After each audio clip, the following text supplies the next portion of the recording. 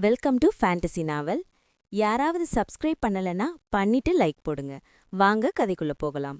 அத்தியாயம் 57. நீயும் உன்னோட காதலனும் உல்லாசமா இருக்கும்பொழுது அதை இன்ஸ்பெக்டர் தீரன் பாத்துக்கிட்டு இருந்தாரு. அவருக்கு நீங்க யாருன்னு அப்பவே தெரியும். அவர் ஏன் உன்னை வெளி உலகத்துக்கு காட்டாம மறைத்தாருன்னு தெரியுமா? நீதான் சிவநேசனை ஏதோ சூழ்ச்சி பண்ணி கொலை பண்ணியிருக்கிறாயின்னு அவருக்கு தெரியும். அப்படி இருந்தும் அவர் எதனால தன்னுடைய மேலதிகாரிக்கு சொல்லலன்னு தெரியுமா? என கேட்டுக்கொண்டே கையெழுத்து வாங்க வந்தவன் சிரித்து கொண்டிருந்தான். என்ன மேடம், இன்னும் நீங்க என்கிட்ட பொய் தான் சொல்ல போறீங்களா? நான் சொன்ன இந்த உண்மையெல்லாம் போதாதா? இன்னும் ஏதாவது நான் உங்களுக்கு சொல்லணுமா? இல்ல நீங்க மறந்து போனதை ஏதாவது நான் உங்களுக்கு ஞாபகப்படுத்தணுமா? என எதிரில் இருந்தவன் கூறிக்கொண்டிருக்க, அழகிய தேவதையின் மறு உருவமாக அமர்ந்திருந்தவளுக்கு பதட்டமும் பயமும் ஏற்பட ஆரம்பித்தது. அவள் முகத்தில் ஏற்படும் வேர்வையை தன்னுடைய முந்தானையால் துடைத்துக்கொண்டு அமர்ந்திருந்தாள். சரிங்க மேடம், உங்களை நான் எப்படி கூப்பிடுறது? எல்லாரும் உங்கள மாயான்னு கூப்பிடுறாங்க. உங்களுடைய உயிர் தோழி கூட மாயான்னு கூப்பிடுறா. ஆனா உங்களோட உண்மையான பெயர் சொல்லி யாருதான் உங்கள கூப்பிடுவா? ஒருவேளை செத்துப்போன உங்க புருஷன் கூப்பிடுவானா? என கேட்டுக்கொண்டே அவன் மீண்டும் சிரிக்க ஆரம்பித்தான். அவன் ஒவ்வொரு முறையும் சிரிக்கும்பொழுது எதிரில் அமர்ந்திருந்தவளுக்கு வயிற்றில் புலியை கரைப்பது போல இருந்தது.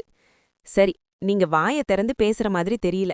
அதனால நான் தீரன் எதனால உங்கள போலீஸ்கிட்ட காட்டிக் கொடுக்காம விட்டுவிட்டாருன்னு இப்ப சொல்றேன் கேளுங்க என்று கூறிவிட்டு மீண்டும் பழைய நிகழ்வுகளுக்குள் செல்ல ஆரம்பித்தான்.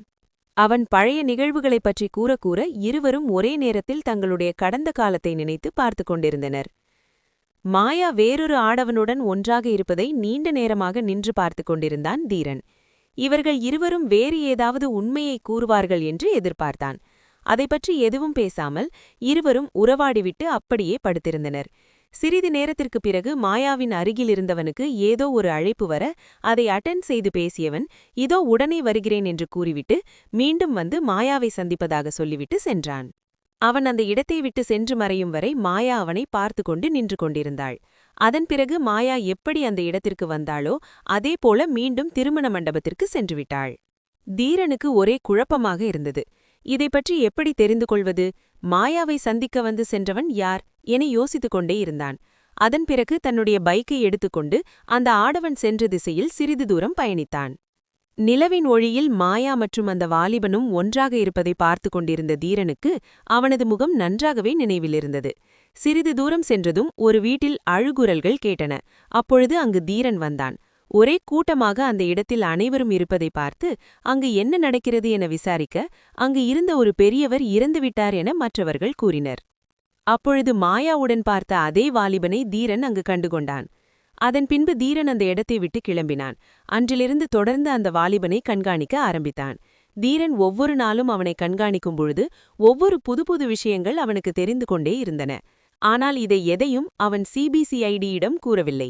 ஏனென்றால் தீரனின் மேலதிகாரி இந்த சிறு கேஸை கூட உன்னால் கண்டுபிடிக்க முடியவில்லையா என மிகவும் கேவலமாக பேசியிருந்தார். அதனால் சிபிசிஐடி போலீஸ்காரர்கள் எவ்வாறு அதை கண்டுபிடிக்கிறார்கள் என பார்க்க அவன் ஆசைப்பட்டான். அது மட்டுமில்லாமல் சிவநேசன் ஒன்றும் யோகியனல்ல. அவன் செய்த பாவங்களைப் பற்றி நிறைய கேள்விப்பட்டிருக்கிறான் தீரன். அதனால் நாம் தற்பொழுது நியாயத்தின் பக்கம் நிற்கலாம் என ஒதுங்கி நின்று நடப்பவற்றை வேடிக்கை மட்டுமே பார்த்து கொண்டிருந்தான்.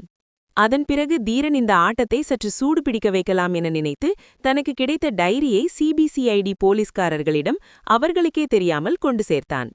அவர்கள் அந்த டைரியை படித்துவிட்டு அதிர்ந்து போயினர். ஏனென்றால் ஒரு சாதாரண பெண்ணால் எப்படி போலீஸ் ஹெட் குவார்ட்டர்ஸ் உள்ளே நுழைய முடியும் என அவர்கள் யோசித்தபடி அங்கு இருந்த சிசிடிவி கேமராக்கள் அனைத்தையும் பார்த்து கொண்டிருந்தனர். ஆனால் அவர்களால் எதையுமே கண்டுபிடிக்க முடியவில்லை. ஏனென்றால் தீரன் அந்த டைரியை அவர்கள் தங்களுடைய ஸ்டேஷனுக்கு வந்த பொழுதே அவர்களுக்கு தெரியாமல் தங்களுடைய உடைமையினுள்ளே சேர்த்து வைத்துவிட்டான். அதனால் அதை அவர்களுக்கு தெரியாமல் தங்களுடைய இடத்திற்கு எடுத்துச் சென்றிருந்தனர். தற்பொழுது அந்த டைரி அவர்களுக்கு கிடைத்து அவர்களை ஆச்சரியப்படுத்தியது. சிசிடிவி கேமராக்களில் மாட்டாமல் எவ்வாறு ஒரு பெண்ணால் உள்ளே நுழைந்து இந்த டைரியை தங்களுக்கு கொடுக்க முடியும் என யோசிக்க ஆரம்பித்தனர். அந்த டீமில் இருந்த ஒரு போலீஸ்காரன் இது எல்லாத்தையும் பண்றது இறந்து போன லீலாவதியோட ஆத்மாவாக இருக்குமா என மற்றவர்களிடம் கேட்க ஆரம்பித்தான். அதை கேட்ட மற்றவர்கள் கோபத்தில் அவனை திட்ட ஆரம்பித்தனர். உனக்கெல்லாம் எவன்டா போலீஸ் வேலை கொடுத்தா? போய் பேசாம சாமியாரா மாறி மணியாற்ற வேலையை மட்டும் பாரு. போலீஸ் வேலையை ரிசைன் பண்ணிடு என திட்ட ஆரம்பித்தனர். உடனே அவனும் அவர்கள் திட்டுவதால் எதுவும் பேசாமல் அமைதியாக இருந்தான்.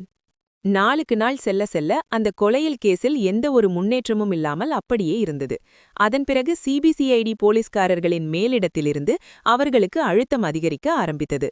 அதனால் அவர்கள் தங்களது ஊரிலுள்ள ஒரு சிலரை அடித்து துன்புறுத்தி விசாரிக்க ஆரம்பித்தனர். சிபிசிஐடி போலீஸ்காரர்களின் செயல் தீரனுக்கு கோபத்தை ஏற்படுத்தியது. தேவையில்லாமல் அப்பாவிகள் பாதிக்கப்படுவதை தீரன் விரும்பவில்லை. உடனே அவன் அவர்கள் செய்யும் இன்டராகேஷனை அவர்களுக்கு தெரியாமல் வீடியோ எடுத்து அதை மேலிடத்திற்கு அனுப்பி வைத்தான். அதனால் அவர்கள் தங்களுடைய வேலையில் இழந்தனர். அது மட்டுமில்லாமல் அந்த கேஸை விரைவில் முடித்து வைக்குமாறு தீரனுக்கு ஒரு நோட்டீஸ் அனுப்பி வைக்கப்பட்டது. மாயா அந்த கேஸ் ஒரு முடிவுக்கு வந்ததால் மிகவும் மகிழ்ச்சியில் துள்ளித் திரிந்தாள். அது மட்டுமில்லாமல் தன்னிடம் இருக்கும் பணத்தை தன்னிடம் வேலை செய்பவர்களுக்கு வாரி வழங்கினாள். அவர்கள் அனைவருக்கும் புது துணி எடுத்துக் கொடுத்து இனிப்புகளை வாங்கிக் கொடுத்தாள். அவர்களுக்கு அன்றைய நாள் முழுவதும் பண்டிகையைப் போல இருந்தது. மாயாவின் சந்தோஷத்தை தூரத்திலிருந்து தீரன் பார்த்து கொண்டிருந்தான். தீரன் மட்டுமல்ல, வேறொரு ஆடவனும் அதை பார்த்து கொண்டிருந்தான். தன்னுடைய காதலனுடன் தனிமையில் சந்திப்பதற்கு முன்னெல்லாம் சிவனேசன் ஒரு தடையாக இருந்தான். ஆனால் இப்போது எந்த ஒரு தடையும் இல்லாததால் வீட்டிற்கு வரவழைத்தாள் மாயா. சிவனேசனின் அறையில் அவனது போட்டோ மாட்டியிருக்க, அதன் முன்பு அவனது கட்டிலில் தன் காதலனுடன் உல்லாசமாக இருந்தாள் அவள். ஒவ்வொரு முறையும் சிவனேசனின் முகத்தை பார்க்கும் மாயாவின் காதலன் புருஷோத்தமனுக்கு கோபம் வந்து கொண்டே இருந்தது.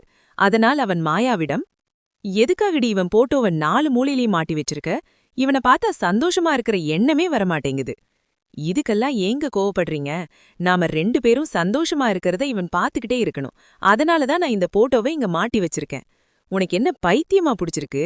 இவன் செத்து போயிட்டான். இவனால எப்படி பார்க்க முடியும்? அது தெரியுது. இருந்தாலும் இவனோட கண்கள் நாம 2 பேரும் சந்தோஷமா இருக்கிறத பார்த்துக்கிட்டே இருக்கணும். அதனாலதான் இந்த போட்டோவை நாம இருக்கிற பெட்ட பாக்குற மாதிரி 4 மூலையிலையும் மாட்டி வச்சிருக்கேன் என கூறிக்கொண்டே தன்னுடைய காதலனுடன் உல்லாசமாக இருந்தாள். மாயா தன்னை சந்திக்க வராததால் ரஞ்சிதா அவளை சந்திப்பதற்காக வீட்டிற்கு வந்தாள். அப்பொழுது தன்னுடைய பெட்ரூமிலிருந்து கழைந்த கோலத்துடன் வெளியே வந்தாள் மாயா. மாயாவின் அந்த நிலையை பார்த்ததும் ரஞ்சிதாவிற்கு என்ன நடந்தது என புரிந்துவிட்டது. என்ன மாயா, ஒரு ஜாலிதான் போல. சி போடி, நீ வேற. நான் வேறதான் என ரஞ்சிதா சிரித்துக்கொண்டே கூறினாள். அப்புறம் மாயா, எப்ப கல்யாணம் பண்ற மாதிரி ஐடியா? இல்ல கல்யாணம் பண்ணாம என்ன மாதிரி உண்டான அதுக்கப்புறம் தாலி கட்டிக்கலான்னு இருக்கியா என ரஞ்சிதா மேலும் கேட்க மாயாவிற்கு வெட்கம் வர ஆரம்பித்தது. உடனே வெட்கத்தில் ரஞ்சிதாவை விட்டு விலகி சென்றாள். இதுபோன்ற சுவாரஸ்யமான கதைகளை தொடர்ந்து கேட்க ஃபேண்டசி நாவல் யூடியூப் சேனலை சப்ஸ்கிரைப் பண்ணுங்க.